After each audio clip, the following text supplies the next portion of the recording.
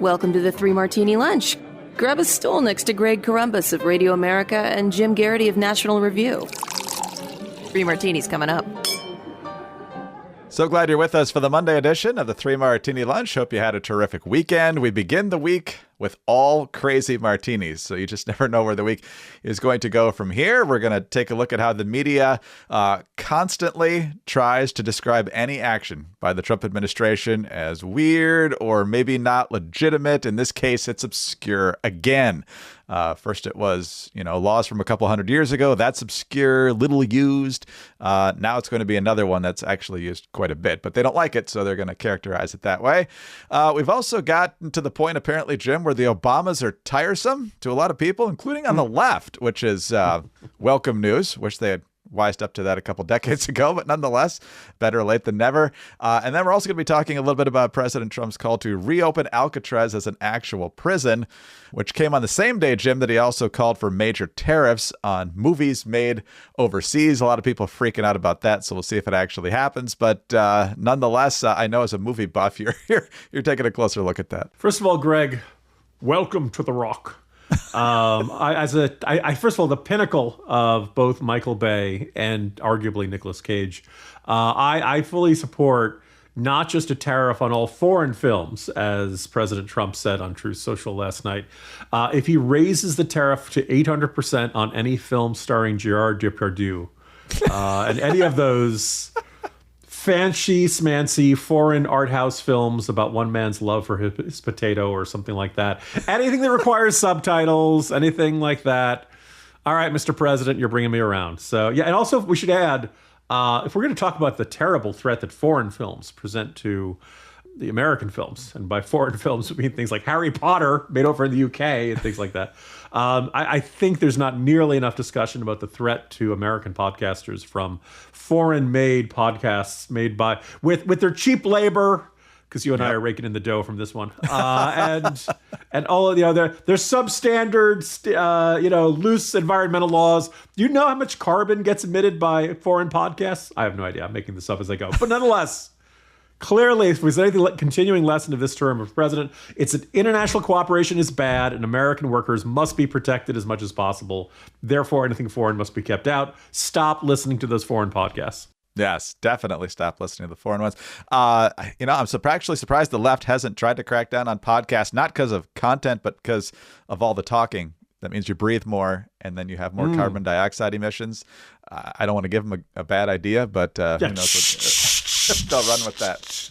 But the best way to turn that carbon dioxide into oxygen is to have a plant, a tree, a bush. If you've been to even junior high science, you know how this works. The trees take in the carbon dioxide and they give us wonderful oxygen. And just yesterday, our snake plant arrived from Fast Growing Trees, came looking absolutely fantastic, ready to put that in a special place in our home. Very excited. And as usual, came in terrific condition. Did you know that Fast Growing Trees is the biggest online nursery in the U.S. with thousands of plants and more than 2 million happy customers?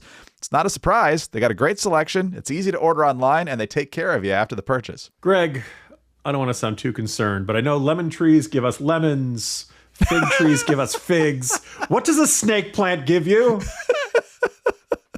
Not snakes, thankfully. It just kind of looks like that way. No more driving around nurseries or big garden centers and getting a big mess in the backseat of your car or your SUV. Fast Growing Trees makes it easy to order online, and your plants will be delivered to your door in just a few days. Whether you're looking to add privacy or shade or natural beauty to your yard, Fast Growing Trees has in-house experts who are ready to help you make the right selection, with plant experts on call to offer growing and care advice. You can talk to a plant expert about your soil type, landscape design, how to take care of your plants, and anything else you need. No green thumb required. So this spring, get up to 50% off select plants at fastgrowingtrees.com/martini. Plus, use the code Martini at checkout for an extra 15% off your first purchase. Visit fastgrowingtrees.com/martini and use the code Martini. Now's the perfect time to plant. Offer valid for a limited time. Terms apply. fastgrowingtrees.com/martini. All right, Jim, on to our first crazy martini now. And we talked about this a little bit. I know Andy McCarthy and I did certainly when the Democrats were not appreciating Trump's rationale for deporting illegal immigrants with the Aliens Act from the late 1700s and so forth. But now we've got the New York Times doing it again on something that was signed into law by President Clinton. So this isn't something from the founding era, but even if it was, it would still be legit as long as it's still on the books. But now the Congressional Review Act is a little bit shady. The New York Times headline, Republicans in Congress use obscure law to roll back Biden-era regulations. Subhead, as GOP lawmakers have largely ceded power to President Trump, they're also pushing the bounds of a little-known statute to undo federal rules and potentially undermining the filibuster. So, Jim, it's fun on a lot of fronts. First of all, a lot of regulations don't go through Congress, so I'm not sure why the New York Times believes that all repeal of regulations ought to come through Congress and therefore allow their side to have the filibuster to block that from happening. But Joe Biden did this to Trump-era regulations. Trump did it to Obama-era regulations, and now Trump's doing it to Biden-era regulations. And there's more of them to go after because Democrats love regulations. So what do you make of the New York Times pretending the Congressional Review Act is some sort of hazy, unsure, obscure tool to get this done? Well, Greg, as we all know, if a piece of legislation or a law is obscure, it must be unconstitutional. Certainly, that's the vibe they want you to get from this. I looked it up. The Congressional Review Act has been used to overturn a total of 20 rules, one in the 107th Congress. That's back in 2001. That's the Bush and the new the very short-lived Republican Senate, for those of us who remember Jim Jeffords, overturning a Clinton-era rule. 16 in the 115th Congress. That's Trump and Republicans undoing Obama-era rules. 3 on the 117th Congress. That's Biden and the Democratic congressional majorities undoing Trump-era rules. And this is basically a broadly bipartisan supported idea. If you're a lame duck, you don't get to ram through a whole bunch of regulations that you knew were always going to cause a huge headache if you did it when you were facing re-election. But now that you're a lame duck, you can do it, and it's the next guy's problem. I think both parties recognize, you know what, that's not the way it's supposed to work. Regulations are not supposed to, ram through these giant sweeping changes right on their way out the door. And then, basically, if you're going to do it, you at least need to get Congress to buy in on this. And that's what this is supposed to do. That's what Republicans are doing in the House are doing right now. As mentioned before, they've done it a bunch of times. It is just kind of really vividly transparent of the way that the New York Times will do a little-known statute to undo federal. No, they're repealing them. Repeal. Undermining the filibuster. Yeah, well, when you're doing this stuff, no, he does not take 60 votes for this.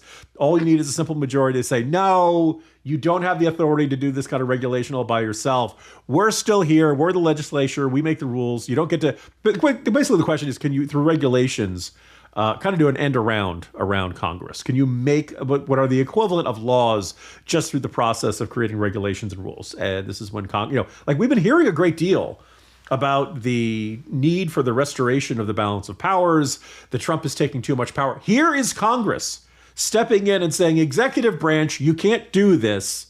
You're going to need us to buy in on this. There's actually a restoration of the separation of powers and the balance of powers. You'd think they'd be applauding it, but no, it's going against democratic priorities. Ergo, it must be bad because it's obscure. Or maybe it's obscure to New York Times readers. I think it's pretty magnanimous to use it. I mean, honestly, an executive order should be able to reverse an executive order.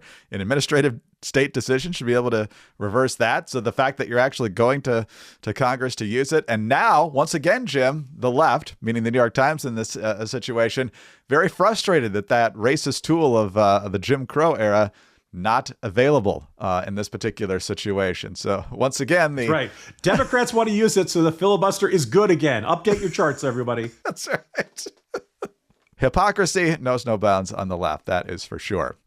Today's podcast is sponsored by BetterHelp. And did you know that May is Mental Health Awareness Month? And we're seeing a lot more attention paid to this. I think COVID definitely shined a light, especially on young people's mental health. Being shuttered away was certainly not good for them. 26% of Americans, though, who participated in a recent survey said they have avoided seeking mental health support due to fear of judgment. Well, whatever reason is holding you back, now might be the right time to check out BetterHelp. You know, Greg, I think just about everybody in the world could probably use a little more attention to their mental health. And I'm not merely talking about all the people we talk about on this podcast. BetterHelp has more than 10 years of experience matching people with the right therapist from their diverse network of more than 30,000 licensed therapists with a wide range of specialties. BetterHelp is fully online, making therapy affordable and convenient, serving more than 5 million people worldwide. And you can easily switch therapists anytime at no extra cost. We're all better with help. Visit betterhelp.com/3ML to get 10% off your first month. That's BetterHelp, HELP.com/3ML. All right, Jim, on to crazy number 2. And we alluded to it in the open when we were talking a little bit about Trump's social media comments about tariffs on foreign-made films. But yesterday, he also had a long post about reopening Alcatraz. Starts out, all caps, rebuild and open Alcatraz. For too long, America has been plagued by vicious, violent, and repeat criminal offenders, the dregs of society who will never contribute anything other than misery and suffering. When we were a more serious nation in times past, we did not hesitate to lock up the most dangerous criminals and keep them far away from anyone they could harm. That's the way it's supposed to be. No longer will we tolerate these serial offenders who spread filth, bloodshed, and mayhem on our streets. That's why today I'm directing the Bureau of Prisons together with the Department of Justice, FBI, and Homeland Security to reopen a substantially enlarged and rebuilt Alcatraz to house America's most ruthless and violent offenders. We will no longer be held hostage to criminals, thugs, and judges who are afraid to do their job, and allow us to remove criminals who came into our country illegally. The reopening of Alcatraz will serve as a symbol of law, order, and justice. We will make America great again. So I believe Alcatraz was closed in the early to mid-1960s, 1963, I think. It's now a very popular tourist attraction. Jim, you flagged that it brings in, $60 million a year in annual revenue. And so I'm not sure that that's the best way to go, but I do like the idea of having some place notorious that people don't want to go because they know it's going to be a thoroughly miserable experience. I'm not sure Supermax carries that, or maybe some other prisons along the way have had a little bit of notoriety over time, but someplace you definitely don't want to go. And Trump has mused from time to time about sending American convicts to foreign prisons. I don't like that idea. So putting them somewhere where life is pretty miserable here would be good, but probably not there. You know, Greg, when there was a time when on the American politics, particularly on the left, when closing Gitmo was like the top priority. It was, yes. Obama pledged he was going to do it and all that stuff. And I remember thinking, I would love to see some American president say, yes, we will no longer keep captured Al-Qaeda, captured ISIS, captured dangerous terror. We will no longer keep them in Guantanamo Bay. I am announcing the construction of a new federal prison facility in Diego Garcia, right in the middle of the Indian Ocean. Every bit as far, because I just imagine you break out of a federal prison on Diego Garcia. Where are you going to go? Right. It's like 1,000 miles of ocean in every direction. You swim, you're stuck there. So I actually thought that would have been an improvement. Give the left what they want, but completely not in the way that they expected to. I suppose the strongest argument for this, I decided to look it up as of 4 days ago, the Federal Bureau of Prisons has 156,254 inmates, 143,000 or so in Bureau of Prisons custody, 12,579 in other types of facilities. The nominal capacity is 134,000, which means federal prison system is operating capacity of approximately 116%. Probably less than ideal to be that much over your ideal capacity. So I'm open to the idea. If you want something really infamous, though, Greg, Elon Musk couldn't put together some sort of space prison. Like you want to talk about a place where you can't get out. First of all, phenomenal sci-fi movie waiting to be made out of it. This idea, imagine, you're in there, you are the worst of the worst. You're, the serial killer or something like that. We're blasting you into space, and I'm not saying you skimp on the safety measures. I'm just saying that the rocket ship that's going to take them up there, maybe you have the lowest bidder build it. I'm just saying, but it's just there are a lot of opportunities. I started looking at maps of what is the most remote spot on federally owned land where you could build a prison. Where sure, you could escape from the prison, but it's a couple hundred miles of forest before you actually get any civilization or something. So the idea of you could store people that would be the most dangerous. I think Alcatraz is a remarkable chapter of American history. Obviously, tourists love it. I don't see any reason to take away the National Park Service. I'm just curious as to what, do you think he was watching The Rock, was it Papillon, X-Men 3, one of those movies where he's like, you know what, this is probably not X-Men 3 because it's completely not Magneto-proof. You could just take the Golden Gate Bridge, steer it over there, and use that for your invasion of Alcatraz or something like that. But by and large, I get the idea. There's got to be some other infamous island somewhere in federal property or offshore that we like. Face Off. They were doing it on unused oil derricks out there. And I'm sure there's a bunch that probably. I bet you some blue state on the West Coast has banned them. I bet you they're just sitting there. That would be a terrific, notorious facility to send the worst of the worst. Because you better be good at jumping and you better be good at swimming if you want to try to break out of there. I was thinking northern Alaska, as far as close you can get to the Arctic Circle, or if we take over Greenland Remember, Greg, someday. you also have to find people willing to work there. That's the other... That's true. That's true. By the way, your space prison, we've done that. It's called Superman 2, and he accidentally broke General Zod out of prison by sending that wayward elevator way into space, and he broke all three of them out. Right. So you got to be very careful where you put the space prison. Yeah. Yeah, the Phantom Zone has a very tough parole board. Which is what you want. So, well, if you're developing a galactic space prison or perhaps something slightly more conventional, how is business going right now? Maybe there's a little uncertainty about tariffs or interest rates or inflation, and you're wondering, what's the future of my business going to look like? Well, for more than 38,000 businesses, they've future-proofed their operations with NetSuite by Oracle, the leading cloud ERP platform. It integrates key business functions like accounting, financial management, inventory, and HR into one seamless system. Closing your books in days instead of weeks means you spend less time on past reports and more time focusing on future growth. This efficiency lets you shift your attention from historical tasks to strategic initiatives that will drive your business forward. As I've said, I talk to small business owners and experts all the time. One of the things they say is to free yourself up as much as you can to focus on the things that matter the most, which is growing your business. Let these tools, let NetSuite by Oracle do them for you. If I needed something like this, NetSuite by Oracle would certainly be the way to go. And whether your company is earning millions or even hundreds of millions, NetSuite helps you respond to immediate challenges and seize your biggest opportunities. And speaking of opportunity, download the CFO's Guide to AI and Machine Learning at netsuite.com/martini. The guide is free to you at netsuite.com/martini. That's netsuite.com/martini. All right, Jim, on to our Crazy Martini now. Crazy number 3, that is. And the subject of your morning jolt today, the Obamas, and how people are kind of getting tired of them. They're getting tired of them in a number of ways. First of all, their influence is not quite what it was. You mentioned in the jolt, we certainly talked about it at the time last year, that the Obamas did not want a coronation of Kamala Harris. That's what happened with the Democrats anyway, probably thanks in large part to Joe Biden's almost immediate endorsement. I think what got this column going for you was comments last week from Michelle Obama. I don't know if this was on her new podcast or some other place, but ultimately she was basically gripe. It was on one of those British podcasts. British, I believe the title is Diary of a CEO.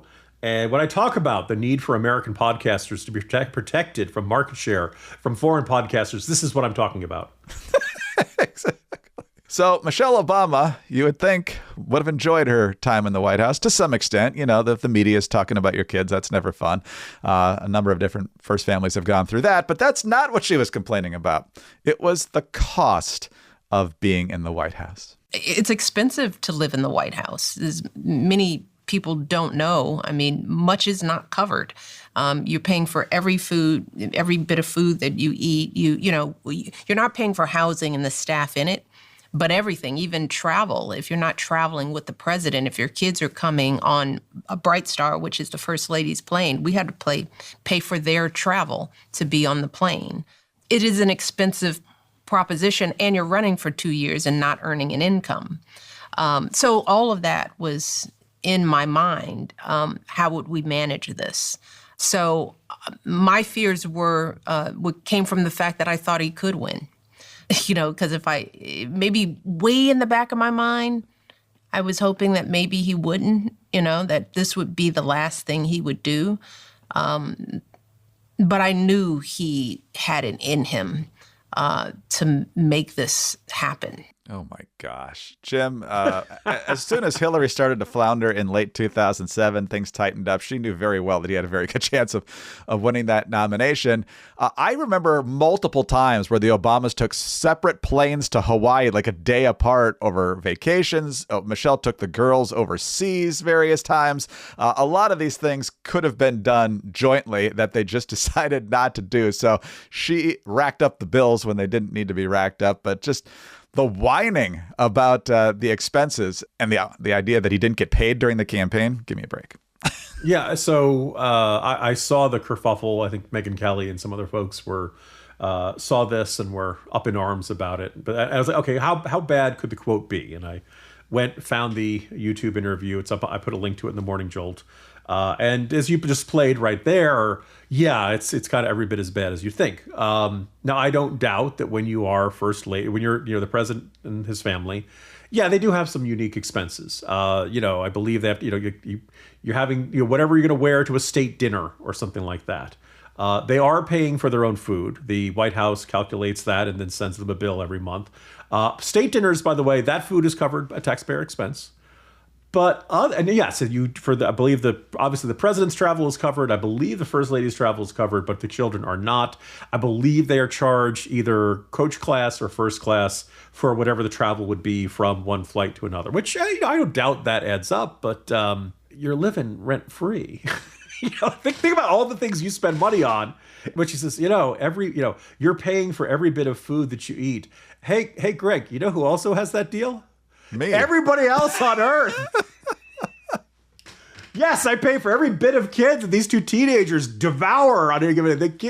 As I mentioned, there are occasional unique expenses with being in the White House, but keep in mind, first of all, they went into office with a net worth of about $1.3 million.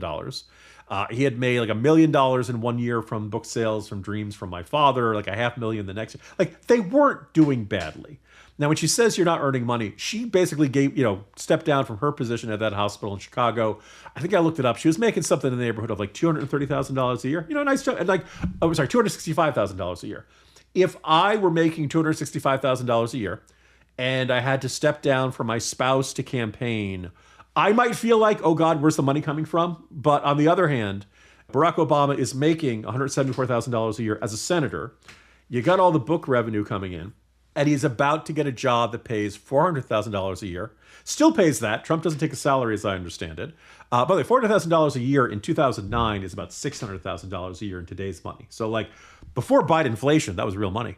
And then, of course, again, you're living rent-free. Now, I'm sure they still have to pay the mortgages on Tony Rezko's house in Chicago and any other place they want to pay. But, like, once you become president, like, you're going to get, your big, huge book deals for memoirs. We didn't even know about the Netflix deal that was going to happen for them. You got, all kinds of paid speech. Like, presidents generally are not living in poverty. They generally are doing okay in those years after. And it almost seems like a joke that, like, Barack Obama is on the verge of getting into the president, and Michelle Obama is thinking, God, how are we going to afford all this? Really? That's what's on your mind? I think if she'd said, and she kind of alludes to this a little bit earlier, my husband's about to be the first black president. Oh God, what if somebody tries to shoot him? I'm sure the entire Trump family is thinking about what if there's another attempt on our beloved family members. Like I'm not saying there aren't real stresses that come with being in the White House, but this one just seems like a ludicrously absurd thing to worry about. And here we are in 2025, and she's still talking about it, and it's still on her mind. I tried to broaden out in today's Morning Jolt, just kind of noting that Barack, like, we're not just in the post-Obama era. I think we're in what we call the post-Obama era. In the new book, Fight by Jonathan Allen and Amy Parnes, it's fascinating reading. And basically, Obama wanted Biden to not run for another term.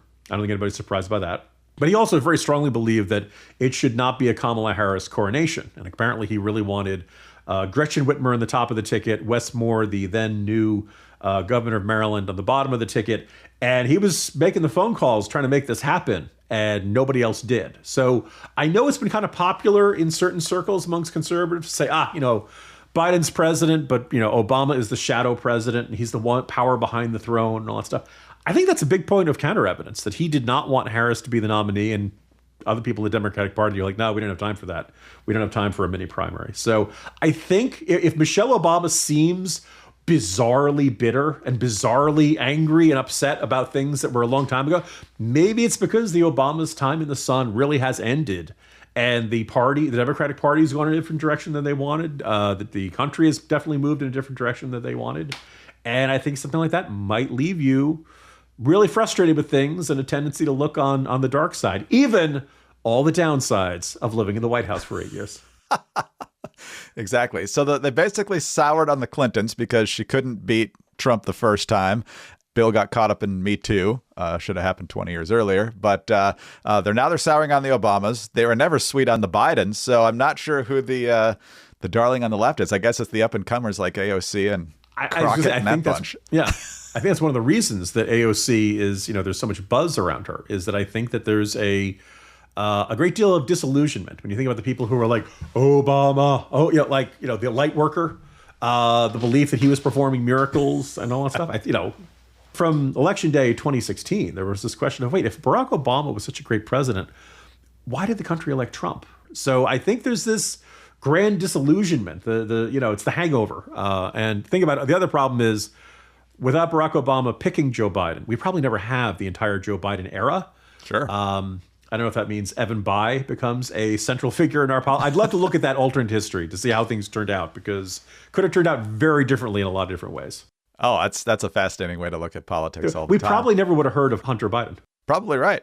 Yeah, certainly not to the extent that we did. That's for sure. So, Jim, happy Monday. Talk to you tomorrow. See you tomorrow, Greg. Jim Garrity, National Review. I'm Greg Corombos of Radio America. Thanks so much for being with us today. Please be sure to subscribe to the 3 Martini Lunch. If you don't already, tell your friends about us as well.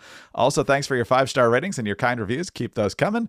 They're a huge help to us. Get us on your home devices. All you have to say is play 3 Martini Lunch podcast. Follow us both on X. He's at Jim Garrity. I'm at Greg Corombos. Have a terrific Monday. Join us again Tuesday for the next 3 Martini Lunch.